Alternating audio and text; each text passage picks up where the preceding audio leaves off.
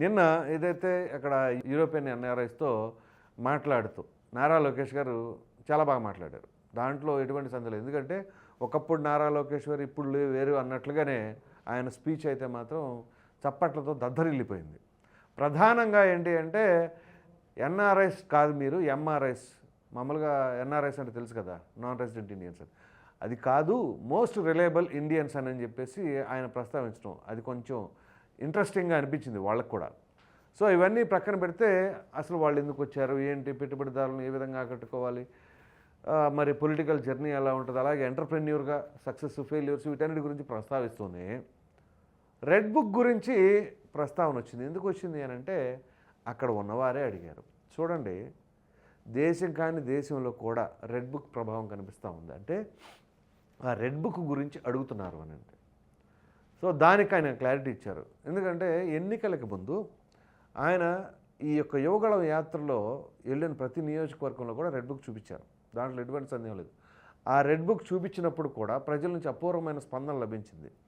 దాన్ని లోకేష్ గారు నిన్న మాట్లాడుతూ ఏమన్నారంటే అప్పటికంటే కూడా, అంటే అప్పుడు పెద్దగా పట్టించుకోలేదు కానీ అప్పటికంటే ఇప్పుడు బాగా పట్టించుకుంటున్నారు అని చెప్పేసి అన్నారు.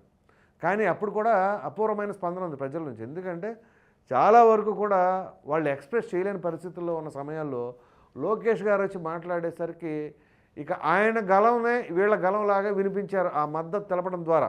సో అక్కడ ఈ రెడ్ బుక్ చూపిస్తే దాన్ని బట్టి ఆ రెడ్ బుక్ గురించి అప్పుడు అధికారంలో ఉన్న నాయకులు ఏ విధంగా మాట్లాడారో ఒకసారి గుర్తు చేసుకుందామా?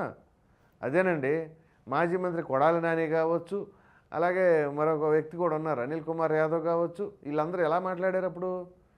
ఆ రెడ్ బుక్ అంట, 4 పేర్లు గుర్తుండవా, ఇలా ఇష్టం వచ్చినట్లు ఎవరికాళ్ళు మాట్లాడారు. మాట్లాడిన వాళ్ళు ఎవరో కూడా ఇప్పుడు అడ్రస్ లేరు, వాళ్ళు ఎక్కడున్నారో తెలియదు, మరి ఫోన్లు పనిచేస్తున్నాయో స్విచ్ ఆఫ్లో తెలియదు. ఇక్కడ వాళ్ళు కూడా పరిపాలనా తీరుపైన దాని గురించి విమర్శలు చేసినప్పుడు ఆ పరంగా మాట్లాడితే ఇవాళ దాని గురించి ఎవరు మాట్లాడేవాళ్ళు కాదు.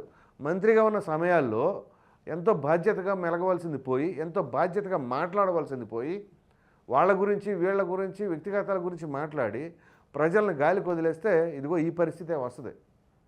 కాబట్టి అప్పుడు ఆ రెడ్ బుక్ గురించి అంత హేళనగా మాట్లాడిన వారు ఇవాళ ఎక్కడ ఉన్నారో కనిపించట్లా. సో ఇక్కడ ప్రధానంగా నిన్న లోకేష్ గారు ఈ రెడ్ బుక్ గురించి మాట్లాడినప్పుడు ఆయన చెప్పుకొచ్చింది ఏంటి అంటే చట్టానికి లోబడే, అంటే చట్ట ప్రకారంగానే వ్యవహరిస్తాము, ఇది అండర్లైన్ చేసుకోండి. రెడ్ బుక్ అనగానే ఏదో కక్షపూరిత ధోరణితో వ్యవహరించేది కాదు కదా అని చెప్పేసి ఆయన చెప్పగానే చెప్పారు.